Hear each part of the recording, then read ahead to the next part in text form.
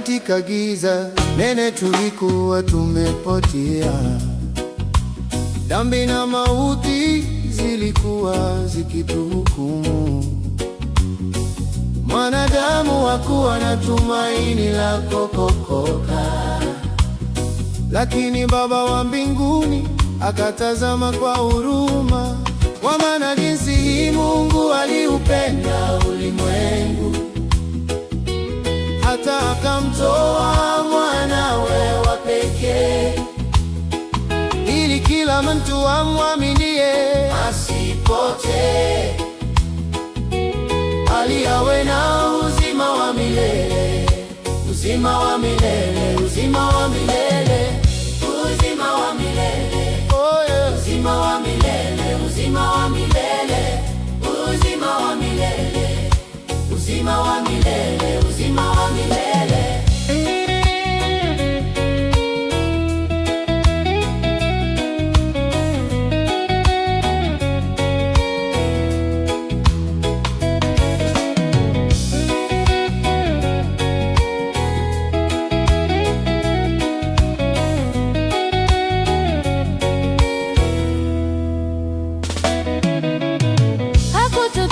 Sisi tuliwasi sheria yake, hakufanya haraka kutuamulia ghadhabu, bali alishusha upendo usio na kipimo.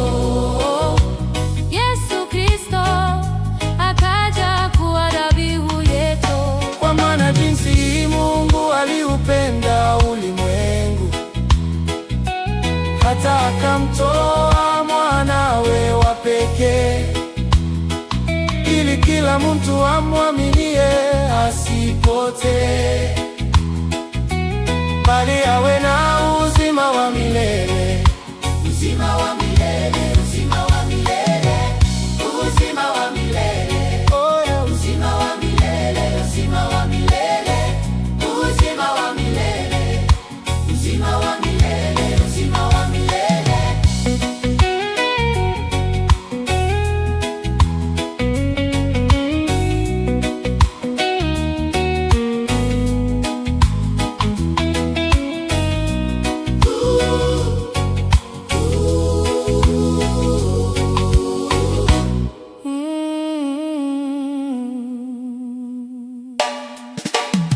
Msalabani Kalvari, pale alimwaga damu, akanunua wokovu wetu kwa gharama kubwa. Kifo kimeshindwa, kaburi liko wazi, yeyote amwaminie ana ushindi wa kweli, kwa maana jinsi Mungu aliupenda ulimwengu hata akamtoa mwanawe wa pekee, ili kila mtu amwaminie asipotee, bali awe na uzima wa milele.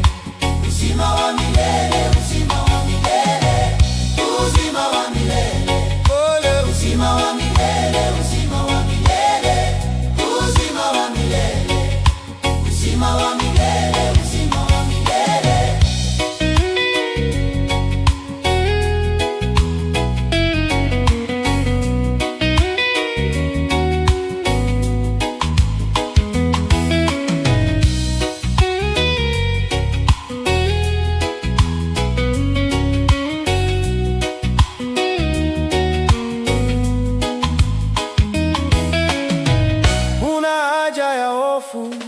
Una haja ya mashaka, mlango wa neema uko wazi kwa kila mtu. Njoo kama ulivyo, upendo wake ni mkuu. Jina lake Yesu lina nguvu ya kuokoa, kwa maana jinsi Mungu aliupenda ulimwengu hata akamtoa mwanawe wa pekee, ili kila mtu amwaminie asipotee, bali awe na uzima wa milele. Uzima wa milele, uzima wa milele. wa milele.